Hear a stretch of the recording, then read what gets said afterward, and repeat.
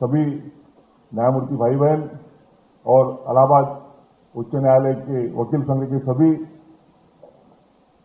सदस्यों का अभिनंदन करना चाहूंगा कि पूरे देश के वकील संघों को एक जेलसी आ जाए, ईर्ष्या आ जाए, ऐसी भव्य दिव्य इमारत आप सबको मिली है। मैं काफी देश में काफी घूमता रहता हूं, बाहर भी घूमता रहता हूं, और मेरे नॉलेज में इतनी बड़ी इमारत जो वकीलों के लिए, अधिवक्ता के लिए इतनी बड़ी फैसिलिटीज दे रही है। 2300 के ऊपर चैम्बर है, 2300 के ऊपर 4 पहिया वाहनों का पार्किंग है, 1600 के ऊपर 2 पहिया टू व्हीलर्स का पार्किंग है। इतनी बड़ी इमारत, इतनी सुविधायुक्त इमारत मेरे नॉलेज में पूरे वर्ल्ड में भी नहीं होगी, और इसके लिए मैं आप सबका अभिनंदन करना चाहूंगा। खास करके माननीय मुख्यमंत्री जी का भी इस प्रति मैं अभिनंदन और आभार व्यक्त करना चाहूंगा कि इतने बड़े मात्रा में उन्होंने फंड्स अवेलेबल किए। हरदम कहा जाता है कि judiciary has neither the power of sword, neither the power of money, the power of purse, और जब तक एग्जीक्यूटिव फंड देती नहीं तब तक इतने बड़े इमारत का निर्माण हो नहीं सकता। और इसी के साथ में शासन ने और उच्च न्यायालय ने सिर्फ जजेस का ही नहीं, सिर्फ न्यायमूर्ति का ही नहीं, सिर्फ वकीलों का ही नहीं, और उसी समय जो वादकारी है, जिनके लिए हम कार्य करते हैं, उनका भी ख्याल रखा है। ये काफी हर्ष की बात है। अभी हमें बताया गया कि बाजू का जो भूखंड है वहां पे नजदीकी पीरियड में एक बड़ा निर्माण होगा, जिससे जो वादकारी यहां आते हैं, आज मुख्यमंत्री जी ने कहा कि अभी तक जो आते थे तो उनको दिन में चांद तारे दिखते थे, उनके लिए भी बड़ी सुविधा निर्माण करना। उसमें फिर जो विकलांग है, जो डिफरेंटली एबल्ड है, जो महिलाएं हैं, जो अपने बच्चों के साथ आती है, उनके लिए क्रेच करना वगैरह, ये सब बातें दिखाई देती है कि हम सिर्फ कार्य करते हैं तो वकीलों के लिए या न्यायमूर्ति के लिए नहीं, तो इस देश का जो नागरिक है, जो इस देश का नागरिक न्यायपालिका में उसके ऊपर जो अन्याय हुआ है वो अन्याय दूर करने के लिए आता है, उसका भी ख्याल किया जाता है। खास करके मैं इलाहाबाद के उच्च न्यायालयों का भी जिक्र करना चाहूंगा। 12 बंगले उन्होंने बलिदान दिया, सैक्रिफाइस किया। नहीं तो झगड़े होते रहते हैं कि हम एक भी, हमारे पास अभी आते रहते विषय कि बाहर के लोगों को कम सुविधा दी जाती है, बाहर के लोगों को जगह कम है, मगर बाहर के लिए 12 बंगला छोड़ देना ये कुछ छोटी बात नहीं है। इसके लिए मैं इलाहाबाद उच्च न्यायालय और उनके सभी वकीलों का अभिनंदन करना चाहूंगा। आज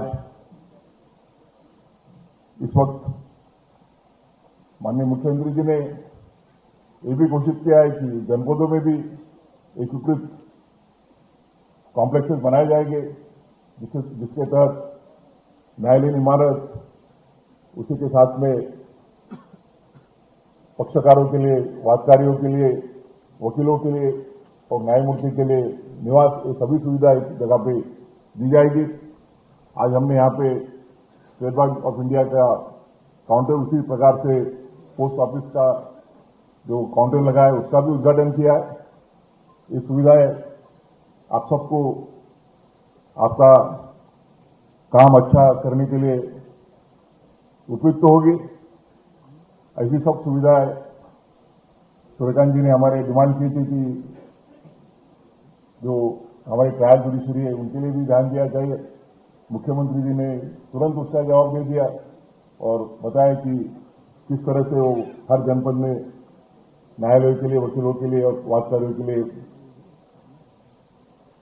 सुविधा उपलब्ध कराने वाले हैं। आज हम संविधान के 75 वर्ष पूरे करके हमारा जो सेंचुरी है, जो शतक महोत्सव होगा 25 साल के बाद भारत के संविधान का, उसके ऊपर आगे बढ़ रहे। इस अवसर पर मैं सिर्फ इतना ही कहना चाहूंगा कि जब 25 नवंबर 1949 को डॉक्टर बाबा साहब आंबेडकर ने भारतीय संविधान का अंतिम ड्राफ्ट कॉन्स्टिट्यूशन असेंबली के सामने रखा, उस समय उन्होंने जो भाषण दिया, जो डिबेट हुआ था, वो डिबेट को जो रिप्लाई दिया, और हमारी दिशा को, हमारे देश को एक दिशा देने वाला एक संबोधन था। उन्होंने उस समय कहा था कि आज हम 1 वोट, 1 पर्सन, 1 वोट और 1 वैल्यू, इसके तहत इस देश में पॉलिटिकल इक्वालिटी, पॉलिटिकल समानता तो ला रहे, but what about social and economic justice, what about social and economic equality.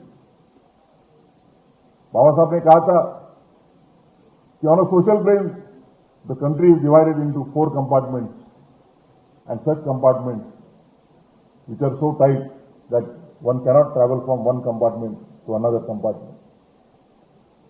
And on an economic plane, we have the entire wealth of the country concentrated in few hands, wherein millions of people are living in abject poverty.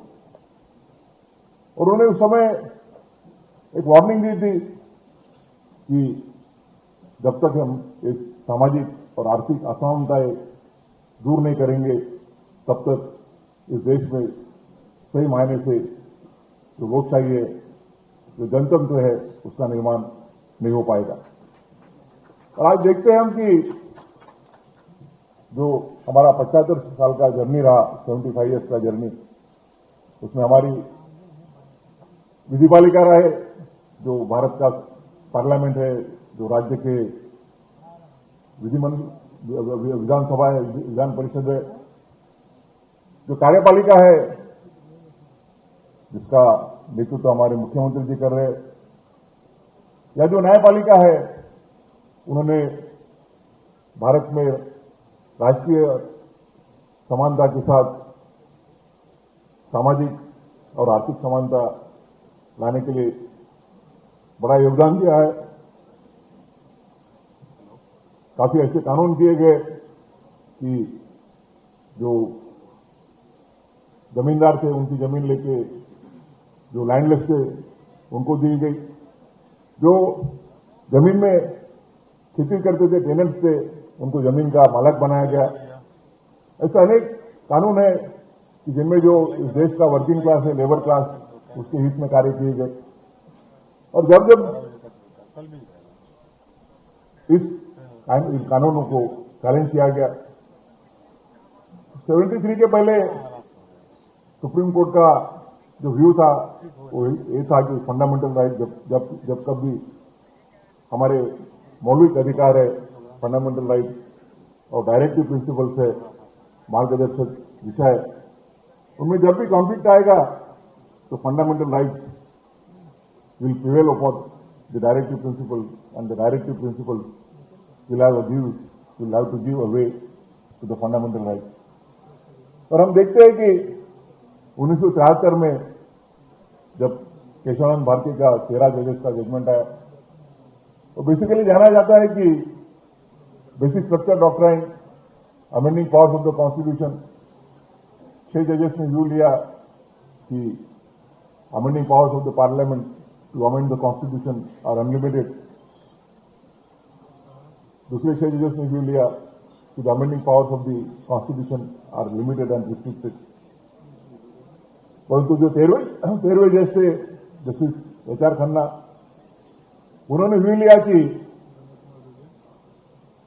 Parliament has a power to amend the constitution, and for that it can also amend the fundamental rights, but it does not have power to amend the basic structure of the constitution.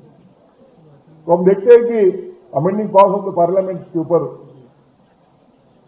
6 जज एक बाजू में, 6 जज दूसरे बाजू में, और जो जस्टिस खन्ना का व्यू था उसे हम आज बेसिस स्ट्रक्चर डॉक्ट्राइन को 13 जजेस का व्यू मानते हैं। वो जजमेंट एक अन्य कारण के लिए भी महत्वपूर्ण है कि उसके पहले जो कॉन्फ्लिक्ट था डायरेक्ट प्रिंसिपल्स और फंडामेंटल राइट्स, उसको विराम दिया गया और 13 जजेस ने व्यू लिया कि direct principles and fundamental rights together only at the soul of the Constitution. They are like two wheels of the golden chariot of the Constitution. You span one wheel, the efficacy of the other wheel comes to a standstill, and the entire chariot comes to a standstill. दोनों समान है, दोनों एक जो सुवर्ण रथ है भारतीय संविधान का, उसके दो पहिए होते, जैसे एक को आप रुका तो पूरा जो रथ है वो पूरा रुक जाएगा। और इस 73 के बाद में हमारी उसको वो जजमेंट को 2 साल पहले 50 साल पूरे हो गए। आज भी इस देश के संविधान का जो जर्नी हुआ उसके सबसे बड़ा माइलस्टोन आज हम केशवानंद भारती को मानते हैं। और उस तक इस देश का जो आखिरी नागरिक है, the citizen who is in need of justice, the citizen who is deprived of justice, उस तक पहुंचना हमारा एक मौलिक कर्तव्य है। वो न्यायपालिका रहे या कार्यपालिका रहे या विधिपालिका रहे। तो इस अवसर पर मैं अभिनंदन करना चाहूंगा कि मैं हरदम कहता हूं कि bar and bench are like two sides of one coin. जब तक बार और बेंच साथ में काम नहीं करते तब तक ये न्याय का रथ जो है उसे हम आगे नहीं बढ़ा सकते। आज इलाहाबाद हाईकोर्ट ने एक बहुत अच्छा एग्जाम्पल दिया है देश के सभी नागरिकों, देश के सभी हाईकोर्टों के लिए, जिसको हम रोल मॉडल बोल सकते, वैसा दिया है कि बेंच ने, जजेस ने 12 बंगलों को सरेंडर करके इतनी बड़ी इमारत अपने वकील भाइयों को सुविधा के लिए दी है। इसके लिए मैं न्यायमूर्ति जो थे उस समय के, विक्रम भाई ने बताया कि कैसे कैसे बंगले खाली करने पड़े, वो तो माहिर है सब चीजों में। कुछ बातें उनके बारे में बाद में कहूंगा, 6 महीने के बाद में। तो नहीं, अच्छा सितंबर 2027 के बाद में बताएंगे, लिख भी लेंगे अगर मौका है तो इस अवसर पर मैं आप सबको बधाई देना चाहता हूं। आदरणीय मुख्यमंत्री जी तथा उनके शासन का अभिनंदन और आभार व्यक्त करना चाहता हूं कि उन्होंने इतने बड़ी संख्या में फंड दिए, जिस फंड की वजह से इतनी बड़ी इमारत आप सबको प्राप्त हुई। इस इमारत से आप सबको, इस देश के आखिरी के नागरिक को कम से कम खर्चे में और कम से कम समय में न्याय देने के लिए प्रयास होगा, ऐसी आशा व्यक्त करते हुए पुनः आपका अभिनंदन करता हूं और मेरे वाणी को विराम देता हूं। धन्यवाद।